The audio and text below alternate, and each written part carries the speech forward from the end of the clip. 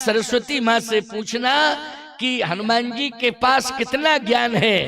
तो सरस्वती माँ कहती हैं कि जैसे समुद्र की गहराई को मापने का कोई मापदंड नहीं है, वैसे हनुमान जी के ज्ञान को मापने का कोई मापदंड नहीं है कि कितना ज्ञान है हनुमान जी के पास। जय हनुमान ज्ञान गुण सागर और जय कपीस तिहुँ लोक उजागर।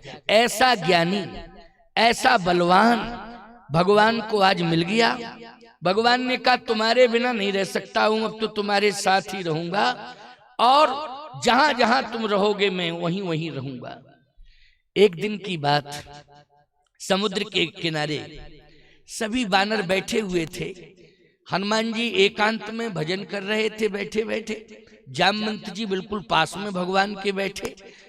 तो भगवान उदास थे। तो जामवंत जी ने कहा कि आप उदास क्यों हैं? कितने वानर आपकी सेवा में और आपका सहयोग करने के लिए कृत संकल्पित हैं। आपकी जो समस्या है, हर समस्या का समाधान ये पदम 18 जूथब बंदर मिलकर के करेंगे।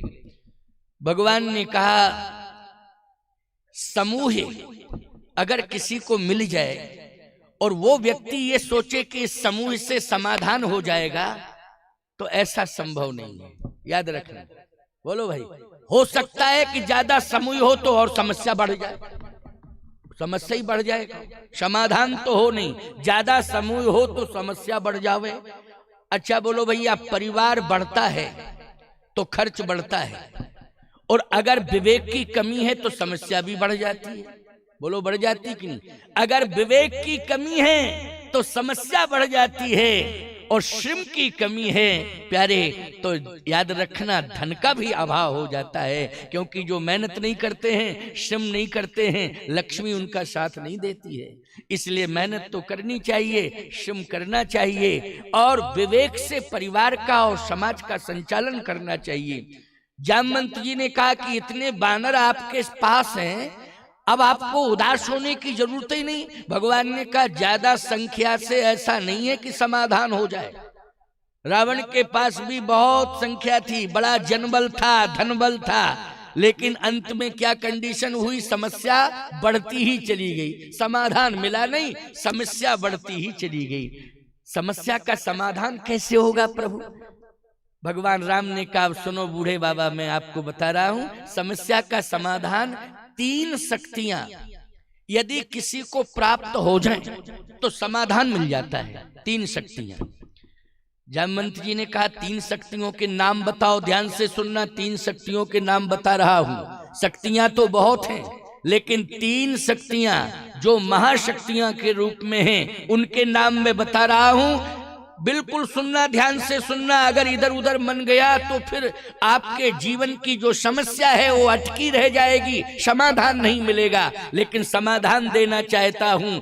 3 शक्तियां भगवान राम ने कहा जिसे भी मिल जाती हैं उसे निश्चित रूप से समाधान मिल जाता है। जामवंत जी आश्चर्यचकित हो गए, ध्यान से सुनने लगे। बताओ। सभी वानरों से कहा सुनो, बहुत महत्वपूर्ण बात कह रहे हैं प्रभु राम। 3 शक्तियां जिसके पास होंगी उसकी हर समस्या का समाधान हो जाएगा। इसलिए समस्या का समाधान करना है तो 3 शक्तियों के नाम सुनो कौन कौन। भगवान ने कहा एक तो संत होना चाहिए उसके पास। क्या होना चाहिए? समाधान के लिए संत होना चाहिए। एक संत शक्ति के रूप में, क्यों भाई? संत। दूसरा का समस्या के समाधान के लिए वीर सैनिक होना चाहिए। क्या होना चाहिए? वीर सैनिक होना चाहिए। और संस्कार देने के लिए सती होना चाहिए समाज में, संस्कार जिससे मिलता है। अब बताओ 3 शक्तियां हो गई ना, संत, सैनिक और सती। अगर 3 शक्तियां किसी परिवार में हैं तो परिवार की हर समस्या का समाधान होता रहेगा। 3 शक्तियां किसी देश में हैं तो देश की हर समस्या का समाधान होता रहेगा। मुझे 3 चाहिए। जामवंत जी ने कहा कि मुझे तो विश्वास है कि आपको तीनों मिल गए, तीनों हैं आपके पास। भगवान ने कहा नहीं नहीं, हमारे पास कहां है, हम जिससे लड़ने जा रहे हैं उसके पास 3 हैं। हाँ, जिससे हम लड़ने जा रहे हैं रावण से, उस इसलिए चिंता कर रहा हूं कि ये समूह देख रहा हूं, ये विश्वास कर लूं कि इतने वानरों से आज राम को विजय श्री मिल जाएगी। ऐसा संभव नहीं है। क्यों? रावण के पास 3 महाशक्तियां हैं। जामवंत जी ने कहा पहले रावण की महाशक्तियां बताओ कौन कौन। कहा रावण के पास सती के रूप में सुलोचना है, जो तपस्या कर रही है कि ये लंका की सत्ता अक्षुण्ण बनी रहे, इसके लिए तपस्विनी तपस्या कर रही है। और महान तपस्विनी के रूप में आज पूरी दुनिया में चर्चित है कौन? सुलोचना। आपने भी विश्वास किया कि नहीं? सुलोचना। हाँ, समझ में बात आ रही है ना? समझना तो पड़ेगा ही। अच्छा, समझ में बात नहीं आ रही होती तो इतनी शांति से बैठती नहीं आप, ये पक्की बात है। बात तो समझ में आ रही है तभी तो इतनी शांति, सभी बैठे हुए हो। नहीं, आजकल समस्या इसी बात की है कि शांति से कोई बैठता ही नहीं। क्यों भाई? शांति से कोई बैठता ही नहीं। अच्छा, और बैठ भी जाए तो शांति चली जाती है। बोलो, चली जाती कि नहीं? लेकिन यहां मैं देख रहा हूं, यज्ञ भगवान की कृपा है और स्वामी जी के, स्वामी सतप्रज्ञानंद जी महाराज के संस्कार हैं कि यहां मैं देख रहा हूं, आश्चर्य दिखाई दे रहा है। 2-5 देवियां एक साथ बैठ जाएं तो शांति से नहीं बैठ सकती। यहाँ हजारों देवियां शांति से बैठी हैं। बोलो, इससे बड़ा आश्चर्य और क्या हो सकता है? इससे बड़ा आश्चर्य क्या हो सकता है? ये आश्चर्य, ये यज्ञ भगवान की कृपा है और ये संतों के द्वारा दिया हुआ सुंदर समाज में संस्कार है, जिससे आज इतनी संख्या में भी शांति दिखाई दे रही है और शांति से सब सुन रहे हैं। नहीं, आजकल कोई किसी की नहीं सुनता है। कौन सुन रहा है? किसकी सुन रहा है? अच्छा, कहते भी इनसे कि सुनो सुनो सुनो, तो ये कह देती, आप कह देते हमने घर वालों की नहीं सुनी, आपकी क्या सुनी?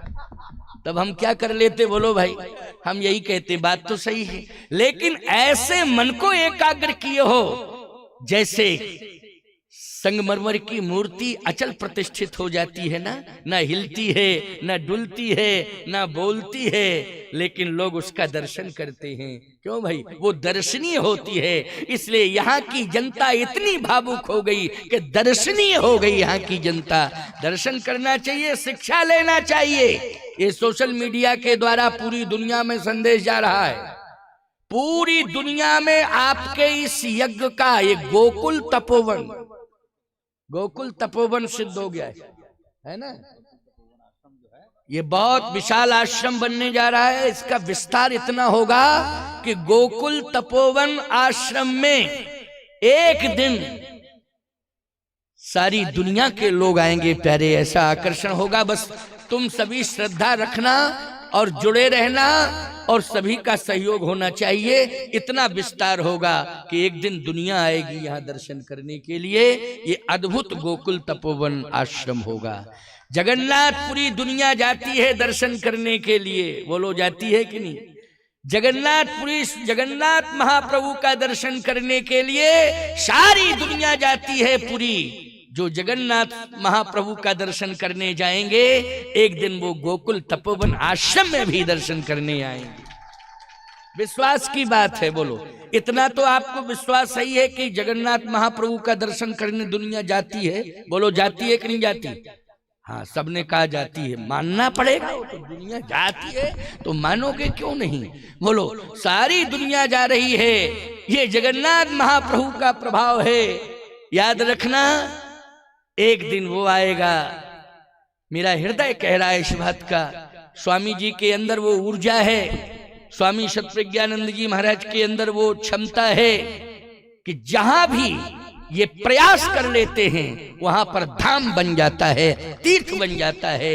ये इनकी विशेषता है। इसलिए आप भी विश्वास रखिए कि आज जो संत वाणी से आपके कानों तक ये संदेश पहुंच रहा है, ये संत वाणी व्यर्थ नहीं जाएगी। इसका साकार स्वरूप एक दिन दिखाई देगा।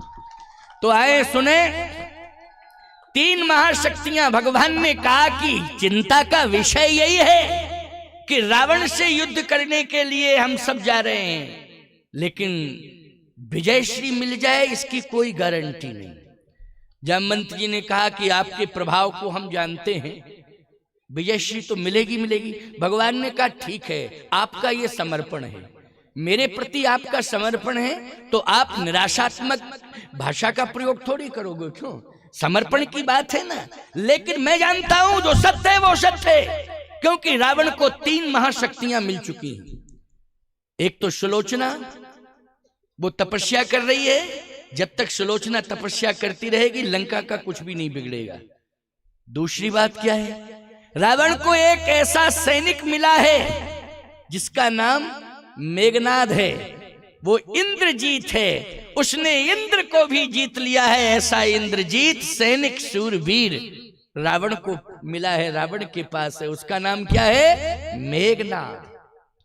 जामवंत जी बोले हाँ, हमारे कान खुल गए प्रभु, अभी तक तो दिमाग ही में ये बात नहीं आ रही थी, कान खुल गए, आपने तो मेरे कान खोल दिए हैं, वाह प्रभु, धन्य है। और तीसरी शक्ति, महाशक्ति के रूप में विभीषण जैसा संत मिल गया है, जो भजन कर रहा है लंका में बैठा बैठा। जहां संत रहता है और भजन करता है, वहां की भूमि की रक्षा उस संत का भजन कवच बन करके करता है, ये सत्य है।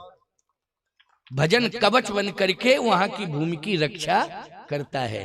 अब चूंकि विभीषण भजन कहां कर रहा है, बोलो, लंका की भूमि पर कर रहा है, तो प्रभाव पड़ेगा कि नहीं पड़ेगा। जामवंत जी ने कहा कि आपने 3 महाशक्तियों के नाम बताए, ये बिल्कुल सत्य है, मैं भी सुनकर के आश्चर्यचकित हो गया हूं प्रभु, लेकिन मेरी भी बात सुन लो, मेरा अनुभव क्या। अगर रावण को सुलोचना जैसी सती मिली है जो तपस्या कर रही है रावण को विजयश्री दिलाने के लिए, तो अयोध्या में उर्मिला जैसी महासती तपस्विनी तपस्या कर रही है वो श्री राम को विजयश्री दिलाने, उर्मिला। और यदि सुलोचना का पति मेघनाद